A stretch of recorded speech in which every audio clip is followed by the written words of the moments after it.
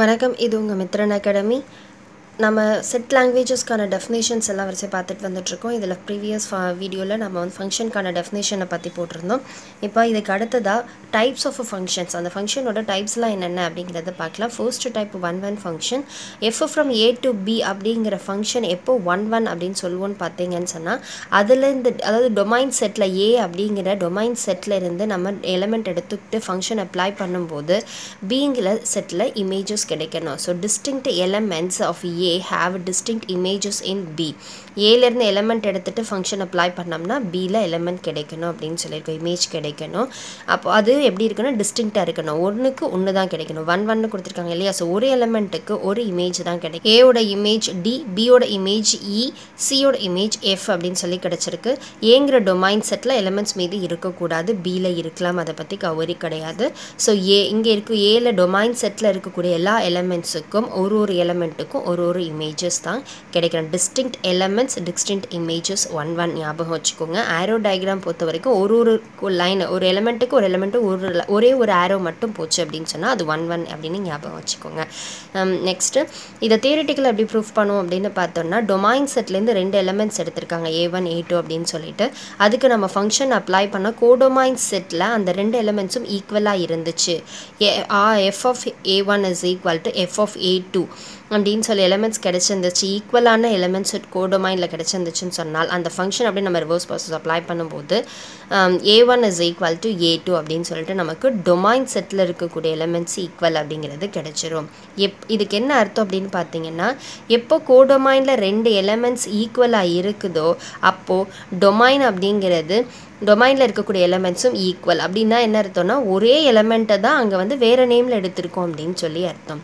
இதை வந்து ஜென்ரல் ஃபார்மேஷனாக நமக்கு வந்து y is equal to 2x + 1 அந்த மாதிரிலாம் வேல்யூஸ் கொடுக்குறாங்க இல்லை, ஈக்குவேஷனாக கொடுக்குறாங்க இல்லையா, அப்போ நம்ம அப்ளை பண்ணும்போது நமக்கு ஈஸியாக இருக்கும். ஜென்ரல் ஃபார்மேட் அப்படின்னு சொல்லும்போது இந்த A1க்கும் A2க்கும் நம்ம 2 அப்படிங்கிற ஒரே வேல்யூ போட்டால் தான் நமக்கு அந்த ஈக்குவேஷனுக்கு ஒன்றா கிடைக்க போகுது. 5ங்கிற ஒரு வேல்யூ போட்டால் தான் ஈக்குவேஷன் ஒன்றா கிடைக்க போகுது.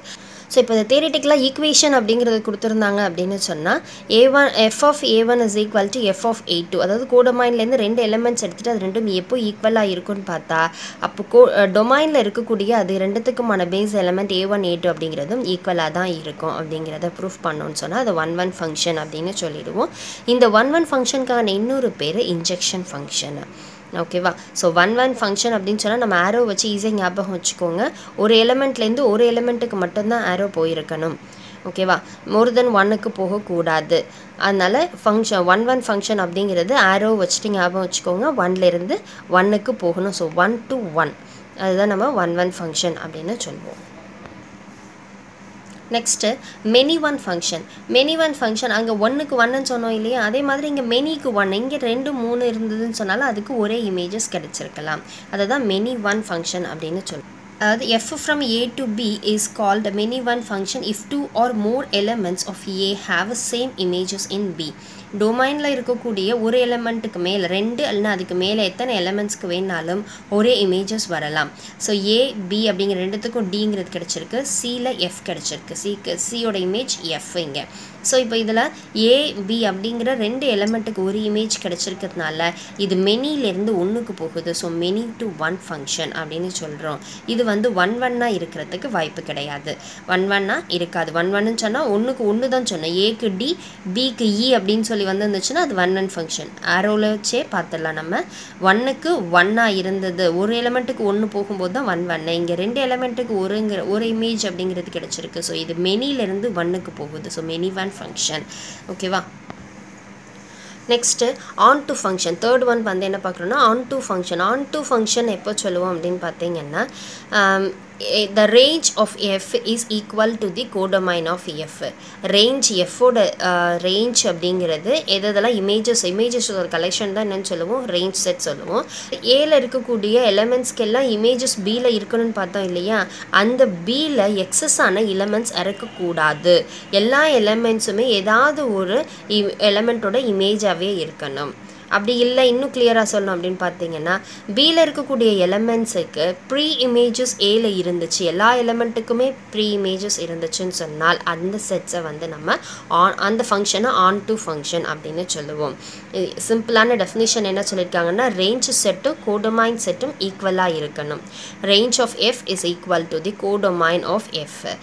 சிம்பிள்ங்க, டொமைனுக்கும் கோடொமைன்லேயும் எல்லா எலமெண்ட்ஸுமே என்னவாக இருக்கணும், ஃபுல்ஃபில் ஆகிருக்கணும்.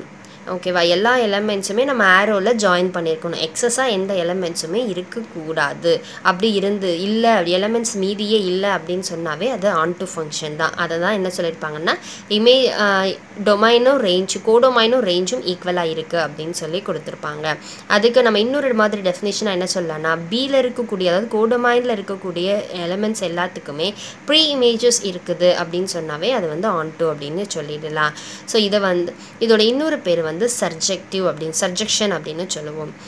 1 இன்ஜெக்ஷன்னு சொன்னோம், ஆன் டூவை வந்து சர்ஜெக்ஷன் அப்படின்னு சொல்லுவோம். F from A to B அப்படிங்கிறத எப்போ ஆன் டூன்னு சொல்லுவோம் அப்படின்னு பார்த்தீங்கன்னா the range of F is equal to பியாக இருக்கணும். ரேஞ்ச் ஆஃப் எஃப் அப்படிங்கிறது கோடொமைனுக்கு ஈக்குவலாக இருக்கணும். That is F of A is equal to B. ஏக்கு ஃபங்க்ஷன் அப்ளை பண்ணும்போது தானே நமக்கு ரேஞ்ச் கிடைக்கும், அந்த இமேஜஸ் கிடைச்சிருக்கும். ஸோ அப்போ அந்த இமேஜஸோட கலெக்ஷன் பிக்கு ஈக்குவலாக இருக்கணும். ஸோ அதான் F of A is equal to B அப்படின்னு சொல்லி கொடுத்துருக்காங்க. ஃபோர்த் ஒன் வந்து இன்டூ ஃபங்க்ஷன். இதில் வந்து எஃப் ஃப்ரம் ஏ டு பிங்கிறது எப்போ இன்டூ அப்படின்னு சொல்லுவோம்னா இஃப் தேர் எக்ஸிஸ்ட், இந்த சிம்பிளாக தேர் எக்ஸிஸ்ட்னு படிக்கணும். If there exist at least one element in B.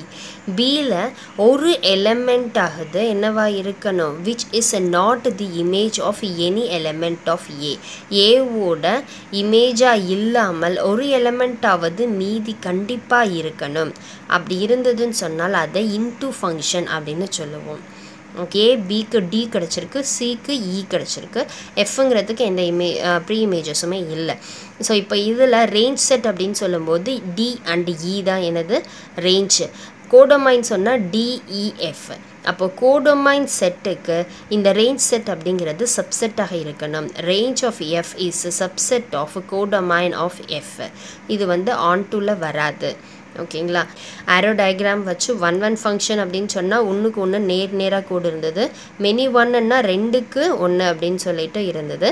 On two அப்படின்னு சொல்லும்போது கோடொமைனும் ரேஞ்சும் ஈக்குவலாக இருக்கணும். இன்டூ அப்படின்னு சொன்னால் கோடொமைனுக்கு இந்த ரேஞ்ச் செட்டுங்கிறது சப்செட்டாக இருக்கணும். நெக்ஸ்ட் ஃபிஃப்த் டைப் என்ன பார்க்க போகிறோம்னா பைஜெக்ஷன். பைஜெக்ஷன் அப்படின்னு சொன்னோன்னா எஃப் அப்படிங்கிற ஃபங்க்ஷன் போத் 1 அண்ட் ஆன் டூவாக இருந்துச்சுன்னு சொன்னால் அந்த எஃப் ஃபங்க்ஷனை பைஜெக்ஷன் ஃபங்க்ஷன் அப்படின்னு சொல்லுவோம். 1 to 1 அண்ட் ஆன் டூ ரெண்டுமாவும் இருக்கணும். 1 to 1 அப்படின்னு சொல்லும் போது பியில் மீதி எலமெண்ட்ஸ் இருந்தால் பரவாயில்லை அப்படின்னு பார்த்தோம். 1லேருந்து 1 கனெக்ட் ஆகிருக்கணும் அப்படின்னு பார்த்தோம். ஒரு ஆரோ தான் போயிருக்கணும் அப்படின்னு சொல்லிட்டு. ஆன் டூ அப்படின்னு சொன்னால் கோடொமைனும் ரேஞ்ச் செட்டும் ஈக்குவல், இமேஜஸான செட்டும் பிங்கிற கோடொமைன் செட்டும் ஈக்குவலாக இருக்கணும் அப்படின்னு பார்த்தோம். அதாவது பியில் இருக்கக்கூடிய எல்லா எலமெண்ட்ஸ்க்கும் ப்ரீ இமேஜஸ் இருக்கணும். ஸோ இப்போது ரெண்டும் சேர்ந்து வருது அப்படின்னு சொல்லும்போது எதுலேயுமே எக்ஸஸான எலமெண்ட்ஸ் இருக்கக்கூடாது. எல்லா எலமெண்ட்டுக்கும் கரெக்டான இமேஜஸ் இருக்கணும். அதாவது ஏல இருக்கக்கூடிய எல்லா எலமெண்ட்ஸுக்கும் பியில் இமேஜஸ் இருக்கணும், பியில் இருக்கக்கூடிய எல்லா எலமெண்ட்ஸுக்கும் ஏல ப்ரீ இமேஜஸ் இருக்கணும். இந்த ரெண்டு டெஃபினிஷனையும் 1 to 1 ஆன் டூங்கிற ரெண்டு டெஃபினிஷனையும் நமக்கு வந்து சாட்டிஸ்ஃபை பண்ணுச்சுன்னா அந்த ஃபங்க்ஷனை பைஜெக்ஷன் ஃபங்க்ஷன் அப்படின்னு சொல்லுவோம். 1 ஃபங்க்ஷனை இன்ஜெக்ஷன் அப்படின்னு சொல்லுவோம், ஆன் டூவை சர்ஜெக்ஷன் அப்படின்னு சொல்லுவோம். ரெண்டும் சேர்ந்து வரக்கூடிய ஃபங்க்ஷனை ஸோ பைஜெக்ஷன் ஃபங்க்ஷன் அப்படின்னு சொல்லி இந்த 1 ஆன் டூங்கிற ரெண்டு ஃபங்க்ஷனும் சேர்ந்துருக்கதை சொல்லுவோம். நெக்ஸ்ட் நாம் இப்போ பார்க்க போகிறது ஹரிசான்டல் லைன் டெஸ்டிங். இந்த ஹரிசான்டல் லைன் டெஸ்டிங் வந்து 1 ஃபங்க்ஷனாக இல்லையா, நம்ம கொடுத்துருக்க கிராஃபு 1 ஃபங்க்ஷனாக இல்லையா அப்படிங்கிறத பார்க்குறதுக்காக நம்ம யூஸ் பண்ணுறோம். ஒரு கிராஃபில் வந்து அட்மோஸ்ட் ஒன் பாயிண்டில் நமக்கு ஒரு ஹரிசான்டல் லைன் கட் பண்ணுச்சு அப்படின்னு சொன்னால் அது 1 ஃபங்க்ஷன். ஏற்கனவே நம்ம வெர்டிக்கல் லைன் டெஸ்டிங் பார்த்துருப்போம், அதில் இதே டெஃபினிஷன் தான். ஒரு கிராஃப் எப்போ அட்மோஸ்ட் ஒரு பாயிண்டில் வெர்டிக்கல் லைன் வந்து நமக்கு அந்த கிராஃபை கர்வை கட் பண்ணதோ அது வந்து ஃபங்க்ஷன். அப்படி இல்லை மோர் தென் 1 இருந்துச்சுன்னு சொன்னால் அது ஃபங்க்ஷன் கிடையாது அப்படின்னு சொல்லி பார்த்துருப்போம். அது vertical line testing. Horizontal line டெஸ்டிங்கும் அதே தான், ஆனால் ஹரிசான்டல் லைனுங்கிறதுனால அது 1 1க்கான டெஸ்டிங். 1 to 1 ஃபங்க்ஷனாக இல்லையா அப்படிங்கிறத நம்ம இந்த கிராஃபை வச்சு சொல்லிடலாம். அதாவது ஹரிசான்டல் லைன் அப்படிங்கிறது அட்மோஸ்ட் ஒரு பாயிண்டில் நமக்கு கொடுத்துருக்கக்கூடிய கர்வ்ஸை கட் பண்ணணும். கிராஃபில் நமக்கு வரைஞ்சிருக்கக்கூடிய அந்த கர்வை அட்மோஸ்ட் ஒன் பாயிண்டில் கட் பண்ணணும் அப்படின்னு சொன்னால் ஒன்று கட் பண்ணவே கூடாது, இல்லைன்னா ஒரு பாயிண்டில் கட் பண்ணலாம் அப்படின்னு அர்த்தம். மோர் தென் ஒன் கட் பண்ணக்கூடாது அப்படிங்கிறத இந்த அட்மோஸ்ட் ஒன் பாயிண்ட் அப்படிங்கிறதுக்கான அர்த்தம். ஹரிசான்டல் லைன் நம்மளோட கிராஃபில் இருக்கக்கூடிய கர்வை ஒரு பாயிண்டில் கட் பண்ணுச்சு அப்படின்னு சொன்னாலோ இல்லை கட் பண்ணவே இல்லை அப்படின்னு சொன்னாலோ அது ஒன் ஃபங்க்ஷன். இப்போ நமக்கு கொடுத்துருக்கக்கூடிய கிராஃபை பாருங்கள். ஃபர்ஸ்ட் கிராஃப் வந்து இதுதான் நமக்கான கர்வ். இதுதான் ஹரிசான்டல் லைன்ங்கிறது. இந்த லைன் கொடுத்துருக்காங்க.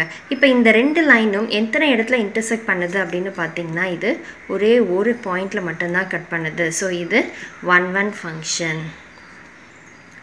அதே மாதிரி அடுத்த செகண்ட் ஆன்சர் கிராஃபை பாருங்கள். அதுவும் என்ன பண்ணுது, இந்த செகண்ட் கிராஃபும் நமக்கு இதுதான் கர்வு. இந்த கர்வு ஹரிசான்டல் லைனாக கிடைமட்டமாக இருக்கக்கூடிய இந்த லைன் வந்து ஒரே ஒரு பாயிண்டில் மட்டும்தான் கட் பண்ணியிருக்கு. அதனால் இதுவும் என்னதான் ஒன் ஃபங்க்ஷன் தான். நெக்ஸ்ட்டு கர்வே வந்து நமக்கு இப்படி ஜிக்ஸாக வளைஞ்சு வந்திருக்கு. ஸோ இப்போ இதை வந்து இந்த ஹரிசான்டல் லைன் வந்து 1 2 3ன்னு 3 பாயிண்டில் கட் பண்ணுது. ஸோ இது not a one function. Not a one function. இது ஒன் ஃபங்க்ஷன் கிடையாது. இதுதான் வந்து ஹரிசான்டல் லைன் டெஸ்டிங். நமக்கு ஒரு கிராஃப் கொடுத்துருந்தாங்க அப்படின்னு சொன்னால் அதில் நமக்கு கொடுத்துருக்க கர்வை ஹரிசான்டல் லைன் எத்தனை இடத்துல கட் பண்ணுது அப்படிங்கிறத வச்சு அது வந்து ஒன் ஃபங்க்ஷனாக இல்லையா அப்படிங்கிறத ஃபைண்ட் அவுட் பண்ணலாம். அட்மோஸ்ட் ஒரு பாயிண்டில் கட் பண்ணியிருந்துச்சு அப்படின்னு சொன்னால் அது ஒன் ஃபங்க்ஷன். மோர் தென் ஒன் பாயிண்டில் கட் பண்ணியிருந்துச்சுன்னா அது ஒன் ஃபங்க்ஷன் கிடையாது. ஃபங்க்ஷன்ஸோட டைப்ஸ் அப்படின்னு பார்க்கும்போது நம்ம அதில் வந்து one function, many one function, into function, onto function, bijection function 5 வகையான டைப்ஸ் பார்த்தோம். இப்போ இதில் சில ஸ்பெஷல் கேசஸ் பார்க்குறோம். என்ன அப்படின்னு பார்த்தீங்கன்னா ஃபர்ஸ்ட் ஒன் வந்து கான்ஸ்டன்ட் ஃபங்க்ஷன். கான்ஸ்டன்ட் ஃபங்க்ஷன் அப்படின்னு சொன்னால் F from A to B அப்படிங்கிற ஒரு ஃபங்க்ஷன், ஏ செட்லேருந்து பி செட்டுக்கு போகக்கூடிய எஃப்ங்கிற ஃபங்க்ஷனை எப்போ கான்ஸ்டன்ட்னு சொல்லுவோம்னா the range of f contains only one element. range அப்படின்னு சொன்னால் range அப்படிங்கிறது collection of images in the codomain set. codomain setல இருக்கக்கூடிய collection of images தான் என்னன்னு சொல்லுவோம், range அப்படின்னு சொல்லுவோம். இந்த range setல ஒரே ஒரு element இருந்துச்சு அப்படின்னு சொன்னால் அது constant function. அப்படின்னா டொமைனில் இருக்கக்கூடிய எல்லா எலிமெண்ட்ஸுக்கும் நமக்கு இமேஜஸ் கிடைச்சாதான் அது ஃபங்க்ஷன். அந்த இமேஜஸ் எல்லாமே ஒரே இமேஜாக இருந்துச்சுன்னு சொன்னால் அது கான்ஸ்டன்ட் ஃபங்க்ஷன். இப்போது ஏயோட இமேஜ் டி, பியோட இமேஜ் டி, சியோட இமேஜ் டி. இதே மாதிரி டொமைன் செட்டில் எத்தனை எலிமெண்ட்ஸ் இருந்தாலும் அது எல்லாத்தோட இமேஜும் என்னதான் இருக்கணும், டியாக கிடைச்சிது அப்படின்னு சொன்னால் அது, அதாவது ஒரே ஒரு எலிமெண்ட்டாக கிடைச்சிது அப்படின்னு சொன்னால் அது constant function. Next identity function. Identity function அப்படின்னு சொன்னோம் அப்படின்னா இங்கே ஃபங்க்ஷனை வந்து எஃப் ஃப்ரம் ஏ டு ஏக்கு நம்ம டிஃபைன் பண்ணியிருக்கோம். ஒரே செட்டுக்கு இடையில நம்ம ஃபங்க்ஷனை டிஃபைன் பண்ணியிருக்கோம். அப்புறம் நமக்கு கிடைக்கக்கூடிய எலிமெண்ட்ஸ் எல்லாமே சேம் எலிமெண்ட்ஸாக கிடைக்கணும். ஏக்கு இமேஜாக ஏக்கு F of X, F of A அப்படின்னு சப்ஸ்டியூட் பண்ணோம்னா நமக்கு கிடைக்கக்கூடிய வேல்யூ திரும்ப ஏவாகவே இருக்கணும். பிக்கு ஃபங்க்ஷன் அப்ளை பண்ணும்போது பிஏ கிடைக்கணும், சிக்கு பண்ணும்போது சி. ஸோ ஐடென்டிக்கலாக ரெண்டுமே இமேஜ் அண்ட் ப்ரீ இமேஜ் ரெண்டுமே ஒரே வேல்யூவாக கிடைச்சது அப்படின்னு சொன்னால் அது ஐடென்டிட்டி ஃபங்க்ஷன் அப்படின்னு சொல்கிறோம்.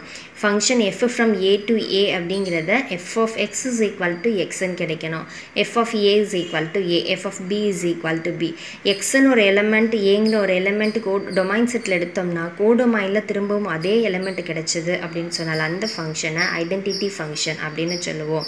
இதை எப்படி டினோட் பண்ணோம்னா ஐ போட்டு சஃபிக்ஸில் ஏ போடுவோம். ஸோ ஐஏ அப்படிங்கிறது, ஏன்னா இங்கே ரெண்டு எலிமெண்ட்டுமே நமக்கு என்ன தான் ஏங்கிற செட்டில் தான் இருக்குது. டொமைன் கோடொமைன் ரெண்டுமே ஏ தான், அதனால் ஐஏ அப்படின்னு சொல்லி டிஃபைன் பண்ணுவோம். இதே ரெண்டு பி செட்டாக இருந்துச்சுன்னா ஐபி அப்படின்னு சொல்லிட்டு டினோட் பண்ணியிருப்போம். ஏ டு ஏ ஃபங்க்ஷன், அதில் ஒரு எலிமெண்ட் எடுத்துகிட்டு ஃபங்க்ஷன் அப்ளை பண்ணும்போது திரும்பவும் அதே எலிமெண்ட்டே கிடச்சிது அப்படின்னு சொன்னால் அது identity function. Next real valued function. Real valued function அப்படின்னு சொன்னால் F from A to B, அதே ரெண்டு செட்டு ஏபிங்கிற ரெண்டு செட்டுக்கு இடையில தான் எஃப்ங்கிற ஃபங்க்ஷன் டிஃபைன் டிஃபைன் பண்ணியிருக்காங்க. இதை எப்போ ரியல் வேலிட் ஃபங்க்ஷன் அப்படின்னு சொல்லுவோம்னா ரேஞ்ச் ஆஃப் எஃப்போட ரேஞ்ச் செட், எஃப்ங்கிறதுக்கான ரேஞ்ச் செட்னா கலெக்ஷன் ஆஃப் இமேஜ் செட். அது என்னவா இருக்கணும்னு சொன்னால் subset of the set of all real numbers R. Real numbers R அப்படிங்கிற செட்டுக்கு சப்செட்டாக நமக்கு இந்த ரேஞ்ச் செட் கிடைச்சிது அப்படின்னா அந்த ஃபங்க்ஷனை ரியல் வேலிட் ஃபங்க்ஷன் அப்படின்னு சொல்லுவோம். சப்செட்டாக கிடைக்குது அப்படின்னா என்ன அர்த்தம் அப்படின்னு பார்த்தீங்கன்னா அந்த கிடைக்கக்கூடிய இமேஜஸோட வேல்யூவும் இமேஜ் வேல்யூ எல்லாமே ரியல் நம்பர்ஸாக இருக்கணும். எல்லாமே ரியல் நம்பர்ஸாக இருந்துச்சு அப்படின்னு சொன்னால் அந்த ஃபங்க்ஷன் ரியல் வேலிட் ஃபங்க்ஷனாக இருக்கணும். அதான் F of A is contained or equal to R அப்படின்னு கொடுத்துருக்காங்க. கோடொமைனில் இருக்கக்கூடிய ரேஞ்ச் எலமெண்ட்ஸ் இமேஜஸ் எல்லாமே வந்து ரியல் நம்பர்ஸோட சப்செட்டாக இருந்தது அப்படின்னு சொன்னால் அந்த செட்டை அந்த ஃபங்க்ஷனை நம்ம ரியல் வேலிட் ஃபங்க்ஷன் அப்படின்னு சொல்கிறோம். ஸோ இப்போ ஃபங்க்ஷனை பொறுத்த வரைக்கும் அஞ்சு டைப்ஸ் பார்த்தோம். அதாவது one function, many one function, and function, into function, அதுக்கப்புறமா பைஜெக்ஷன் ஃபங்க்ஷன். இது வந்து ஃபங்க்ஷனோட மெயின் டைப்ஸாக பார்த்தோம். அது இல்லாமல் ஸ்பெஷல் கேசஸில் என்ன பார்த்துருக்கோம் அப்படின்னு சொன்னால் கான்ஸ்டன்ட் ஃபங்க்ஷன், ஐடென்டிட்டி ஃபங்க்ஷன், அடுத்தது ரியல் வேலிட் ஃபங்க்ஷன். இது மொத்தமாக 5 டைப்ஸ். இதில் 5 டைப்ஸ், இதில் ஒரு 3 டைப்பு, மொத்தம் 8 டைப்ஸ் ஆஃப் ஃபங்க்ஷன்ஸ் நம்ம இப்போ பார்த்துருக்கோம். தேங்க்யூ.